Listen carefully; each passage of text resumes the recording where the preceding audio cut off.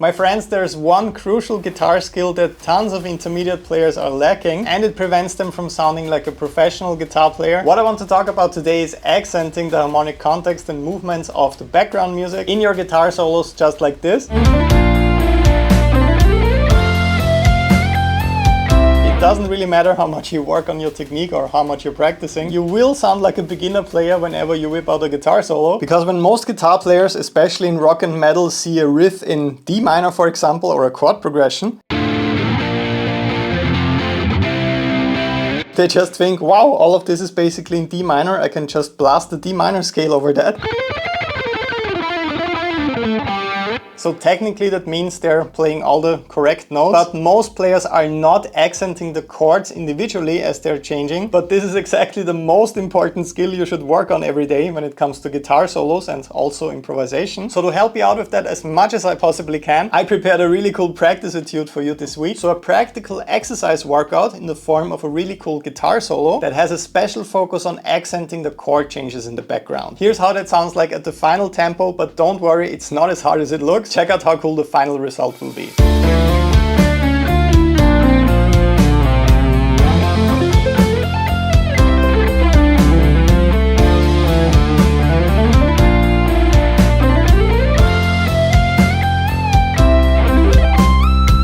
Alright, so once again, I promise all this is much easier than it might look right now. Before I explain this exercise to you step by step and note by note, make sure to listen to each chord change and try to understand harmonically what I'm doing in every single measure. I'm gonna play it for you again at a slower tempo.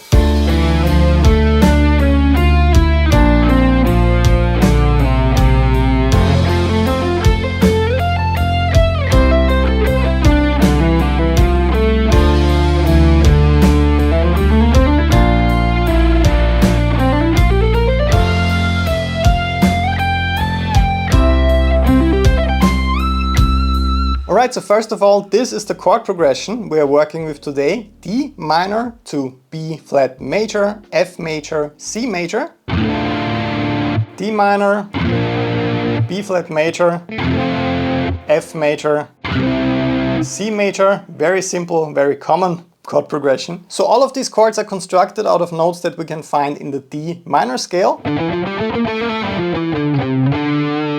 But instead of just playing the D minor scale over that entire chord progression, we're gonna accent every single chord interestingly. And the first one, the first measure, is all about that D minor chord. As you can see in the transcription, I'm doing something quite interesting right away. I'm not starting on the 1 right when the chord progression and the backing track starts. I'm starting on the second eighth note, so on the 1 and I'm playing an interesting note right away. So a bad habit is always starting on the root note. So when there's a D minor chord in the background, you're just playing D.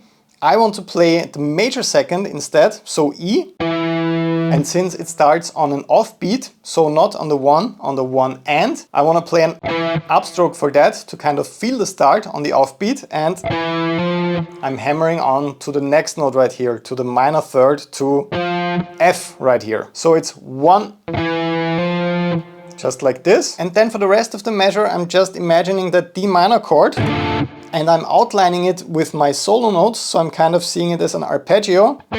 I continue with the perfect fifth A right here, but then I'm doing something interesting. I'm pulling off from D to C sharp, which is quite a dissonant note. It's the characteristic note for harmonic minor.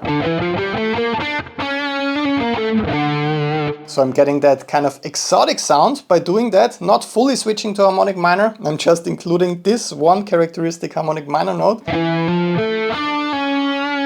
That's a really cool sound. And then to continue this motif, I'm pulling off from F to E right here. So that's quite satisfying because it's a catchy kind of phrase that I'm repeating right here. I also want my solo to be memorable, not just quote-unquote smart. I want you to know that everything that I'm showing to you on this YouTube channel is just a very small preview of what awaits you inside my actual Guitar Academy on patreon.com/bernd, because my guitar students over there get access to 12 full guitar technique courses, 5 music theory courses and 4 home recording courses. And there's even a personal coaching tier in case you feel like you need some personal input from me on your guitar technique, or if you have any questions about music theory. There's a personal coaching group on Facebook. I'm very active over there, helping out all of the guitar students in the academy. And of course, you can also download all the really helpful files for today's video over there. So a slow, medium and fast play along video of today's workout etude, a very detailed guitar profile with drums and bass added for you so that it actually sounds good when you're practicing with it, backing tracks with and also without my guitar at different tempos, and a PDF tab sheet with the downstrokes and upstrokes so that you can clearly see what I'm doing. So if you're a self-taught guitar player and you feel like you developed some bad habits with your picking technique or fretting hand technique over the years, or you have a lot of knowledge gaps with music theory and you don't fully understand everything I'm saying in these videos, just join my Guitar Academy on patreon.com/Bernd today, because over there you get a structured learning path that takes you from the basics all the way to more advanced topics, all the lessons and courses you will ever need in one place. So I'm kind of making this a no-brainer for you. Just click the link down below, join today. I'm waiting for you over there, but now let's continue. And then when I switch to the next measure for B flat major, I'm actually sliding in there, which is pretty cool. Then I'm sweep picking, but the tempo is quite slow, so you can do 2 individual upstrokes as well. And for those, I'm basically thinking in the B flat major chord again, but I'm adding the 9th. So I'm thinking in this chord shape that I use quite frequently because I really like the sound. It's the one where you're basically taking the power chord, where you're playing the root note, perfect fifth and octave, but instead of the octave on top, you're stretching out to play the 9th like this for a much more interesting sound. Since the backing guitar is not doing this, it's just playing the simple chord shape like this, I want to do it in my solo. So a nice short little arpeggio before I go down here to the major second once again. So this is my root note B flat on the 1st fret on the A string, and for the second phrase in the second measure, I'm sliding down from the major third of that chord to the major second. Here's the full phrase.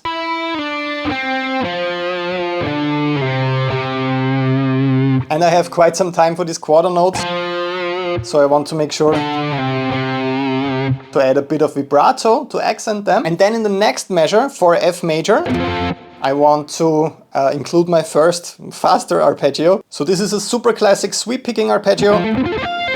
So just playing the root note, hammering on to the major third. That's a bit of a stretch from the 8th to the 12th fret. And then I'm rolling my middle finger to separate the notes.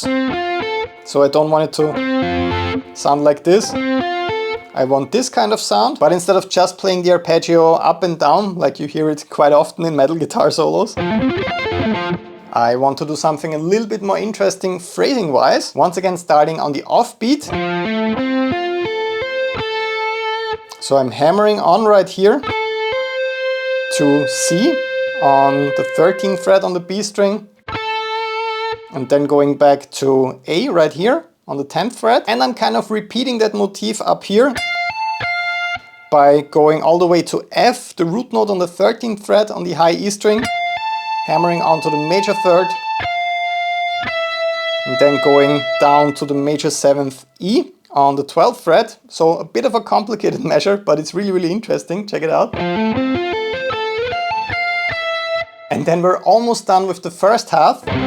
The next chord is C major. And for this one, I'm starting with the root note C right here, but I don't just want to stay on the root note over chord. That's kind of the least interesting note that you can possibly play. So I'm playing an interesting scale / arpeggio approach right here.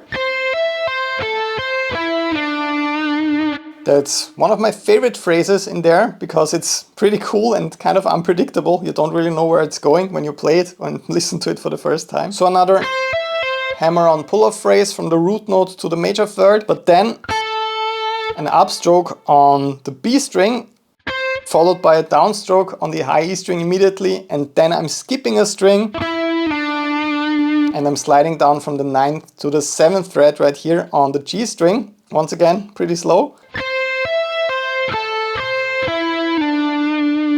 So a slide at the end, and for the second half of that measure, another phrase based around hammer-ons and pull-offs. That's quite interesting because once again it's not starting on the root note on C, it's actually starting on the major second.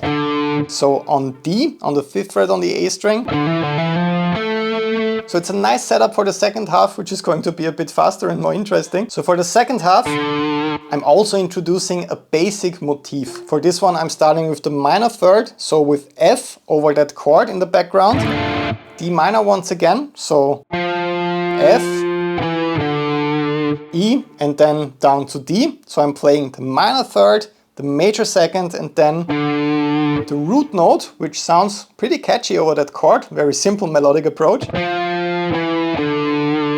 And after that, I go into a faster phrase, once again with hammer-ons, simply in the D minor scale. So I'm playing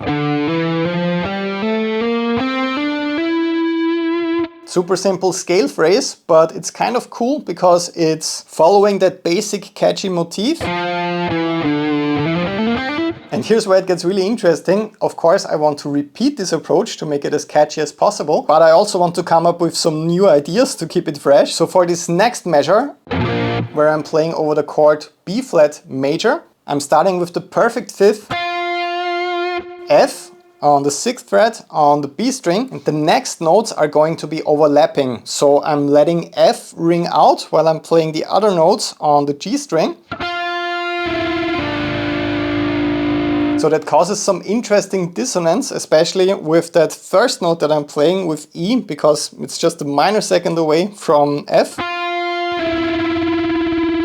So tons of dissonance, but in the context of the melody and over that chord, you actually get away with it because I'm not playing any crazy random chromatic notes outside of the scale. All of those notes are part of the scale.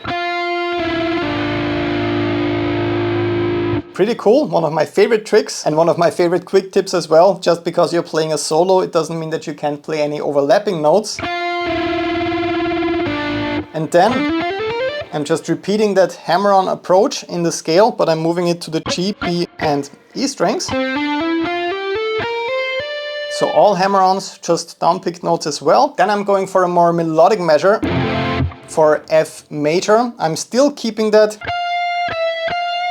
same kind of rhythm and motif going, but instead of going for a fast alternate picking or legato phrase after that, I want to go for some bending because we haven't done that yet in this guitar solo. There are a lot of notes and interesting ideas, but we're also gonna need some expression in there. So I'm going to bend up from the major second to the major third and then back down. So it's a bend and release approach.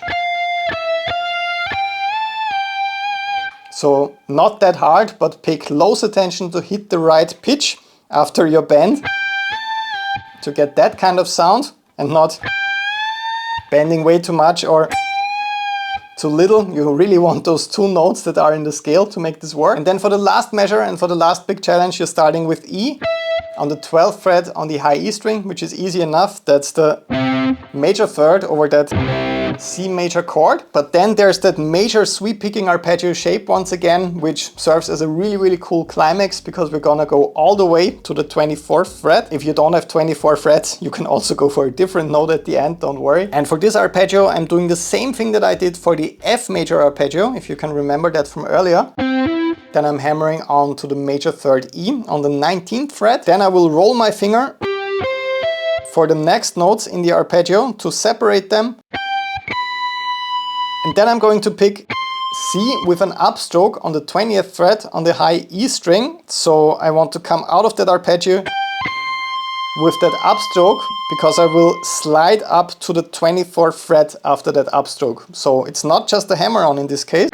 I actually want to pick this note so that I can slide to the 24th fret right here and one last downstroke for the 24th fret. Maybe a little bit of vibrato on there to have a super satisfying climax. Alright my friends, that's the entire practice etude for this week. Don't forget to head over to patreon.com/bernd right now to download all of your practice files that are made especially for you, so that you can study this etude measure for measure and so that you can learn it. Remember that I made very slow play-along workouts for you over there, so you can start practicing this at 40 beats per minute. And the goal for this week is playing this guitar solo at 120 beats per minute. If you feel like you need some help with your picking technique or your fretting hand technique, or you don't fully understand all the music theory terms that I mentioned in this video, just remember that there are 12 actual step-by-step full guitar technique courses, 5 music theory courses and 4 home recording courses waiting for you on patreon.com/bernd. And there's even a personal coaching tier over there in case you need my personal help and assistance with your guitar playing. We can only accept limited students each month because the demand is crazy high right now. So click the link down below right now, see if there's some slots available for you. Thanks so much for watching. Have an amazing day. Greetings from Austria and bye bye.